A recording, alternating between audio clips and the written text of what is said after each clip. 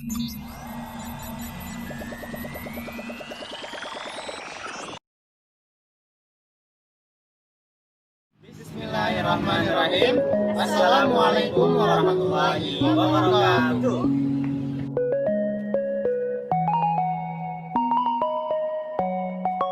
Perkenalkan, nama saya Zen Ridho. Dan saya Rashid Arido.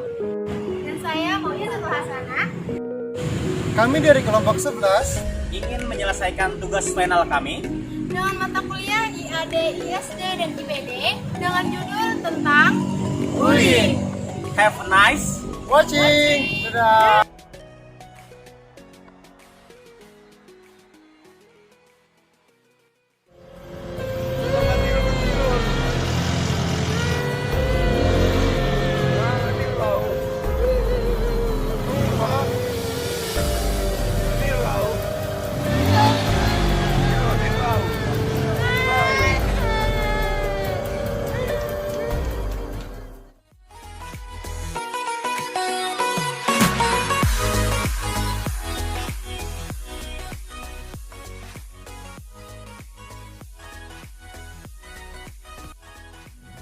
Bismillahirrahmanirrahim.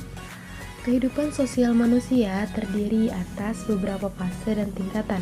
Seperti yang kita ketahui, awal proses terjadinya manusia ini telah dijelaskan di dalam Al-Quran Surah Az-Zumar ayat 6, bahwa manusia diciptakan dalam tubuh ibunya dalam 3 tahapan.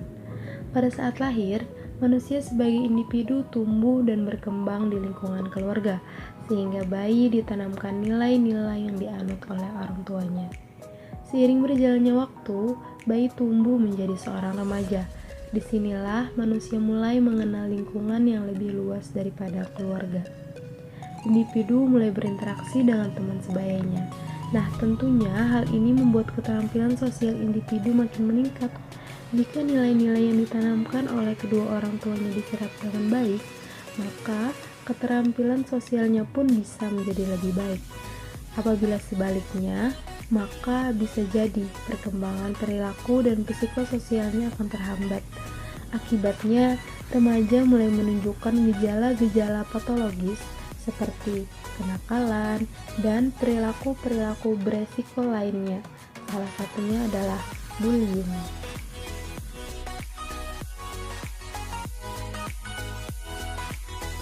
Bullying adalah aksi yang dilakukan secara langsung oleh seseorang atau sekelompok yang lebih kuat yang tidak bertanggung jawab, biasanya berulang-ulang dan dilakukan dengan perasaan senang sehingga membuat korban menderita. Dan juga bullying adalah bentuk-bentuk kekerasan yang dimana terjadi pemaksaan secara psikologis ataupun fisik terhadap seseorang atau sekelompok orang yang lebih lemah. Pelaku bullying yang biasa disebut bully biasa seseorang atau sekelompok orang, dan dia atau mereka menganggap bahwasanya diri mereka itu memiliki power atau kekuasaan untuk melakukan apa saja terhadap korbannya, dan korban juga menganggap bahwasanya dirinya sebagai pihak yang lemah dan tidak berdaya dan selalu merasa yang namanya pembulian.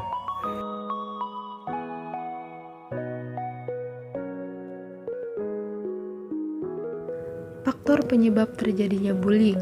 Yang pertama, faktor keluarga. Biasanya, bullying terjadi di saat orang tua yang sering menghukum anaknya secara berlebihan, atau situasi rumah yang penuh stres, agresi, dan permusuhan. Anak akan mempelajari perilaku bullying ketika dia mengamati konflik-konflik yang terjadi pada orang tuanya, sehingga dia akan menirunya terhadap temannya. Yang kedua, faktor sekolah.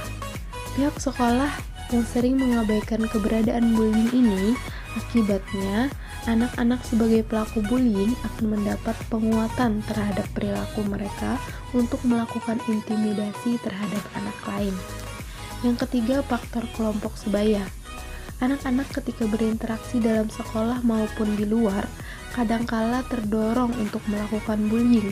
Beberapa anak-anak melakukan bullying dalam usaha untuk membuktikan bahwa mereka bisa masuk dalam kelompok tertentu, meskipun mereka sendiri merasa tidak nyaman dengan perilaku tersebut.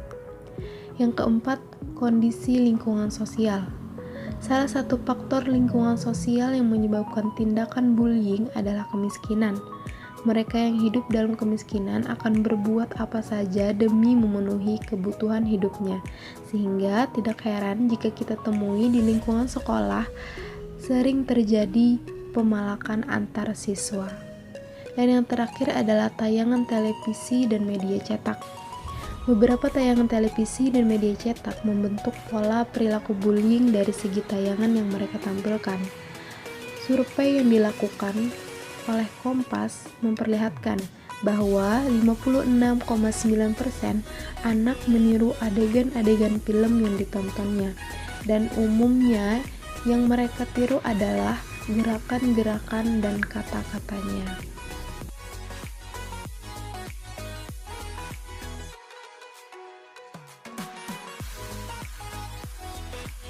Kemudian jenis bullying. Bullying dibagi menjadi 3 jenis. Yang pertama, bullying fisik. Penindasan fisik ini merupakan jenis bullying yang paling tampak dan yang paling dapat diidentifikasi di antara bentuk-bentuk penindasan lainnya. Jenis penindasannya yaitu seperti memukul, menjambak, mencakar, memeras, dan merusak barang orang lain. Bahkan yang sering kita ketemui yaitu pelecehan seksual. Kemudian, yang kedua, bullying verbal. Kekerasan verbal adalah bentuk penindasan yang paling umum digunakan baik oleh anak perempuan maupun anak laki-laki. Penindasan verbal dapat berupa julukan nama, celaan, fitnah, kritik kejam, penghinaan, dan pernyataan-pernyataan bernuansa ajakan seksual atau pelecehan seksual. Dan yang terakhir adalah cyberbullying. Ini adalah bentuk bullying yang terbaru karena semakin berkembangnya teknologi internet dan media sosial. Pada intinya adalah korban terus-menerus mendapatkan pesan negatif dari pelaku bullying baik dari SMS, pesan di internet, maupun media sosial lainnya.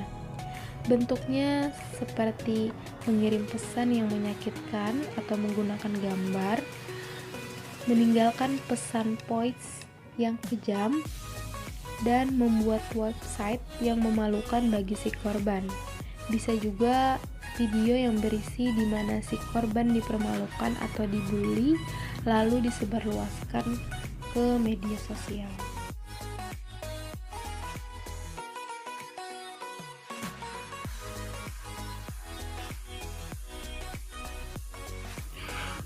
Ada 7 hal yang bisa kamu lakukan sebagai cara untuk mencegah bullying.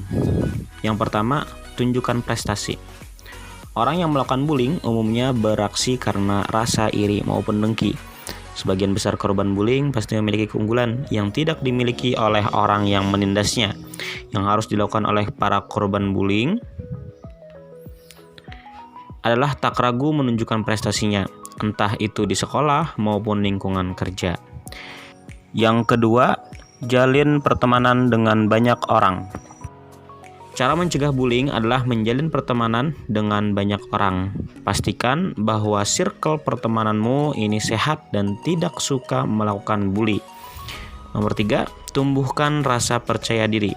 Pelaku bully akan semakin bersemangat ketika mengetahui bahwa korbannya merasa minder dan semakin terpuruk. Maka dari itu, bangun rasa percaya diri agar tidak terlihat minder atau takut kepada si pelaku. Percayalah, pelaku bully akan malas menindas orang yang berani dan percaya diri. Keempat, tidak terpancing untuk melawan. Emosi terkadang memicu kita untuk bertindak ketika merasa ditindas. Akhirnya, banyak korban bullying yang melakukan perlawanan. Cara mencegah bullying bisa dimulai dengan tetap bersikap tenang dan sabar tanpa terpancing untuk melakukan perlawanan. 5. Jadikan bulian sebagai penyemangat untuk sukses. Sebagian korban bully akan merasa tidak berharga dan putus asa. Namun, untuk mencegah bully yang menghancurkan dirimu sendiri, sikapi dengan positif semua perundungan tersebut. Jadikan bulian sebagai sarana penyemangat agar kamu bisa meraih suksesmu. Ingat, balas dendam terbaik bukan membalas perbuatan jahat mereka, tetapi dengan membuktikan bahwa dirimu bisa menjadi sukses dan lebih baik dari mereka yang pernah membuli kamu. Keenam, jangan menunjukkan sikap takut atau sedih. Pelaku bully tentu akan merasa puas ketika berhasil membuat korbannya sedih, takut, dan semakin terpuruk. Cara mencegah bully yang paling efektif adalah tidak menunjukkan sikap takut atau sedih di depan pelakunya. Dan yang terakhir, 7. Laporkan pada pihak yang berwenang. Perundungan adalah masalah yang cukup serius, apalagi jika pelakunya dibiarkan tanpa sanksi yang berarti. Apabila kamu atau orang-orang di sekitarmu menjadi korban perundungan atau pembulian, saatnya kamu menyuarakan isi hatimu dengan melaporkan tindak perundungan ini kepada pihak yang berwenang. Baiklah, mungkin hanya ini yang bisa kami sampaikan. Terima kasih kepada kawan-kawan yang sudah menyaksikan. Kalau ada salah, mohon dimaafkan. Wabillahi taufiq wal hidayah. Warido wal inayah. Assalamualaikum warahmatullahi wabarakatuh.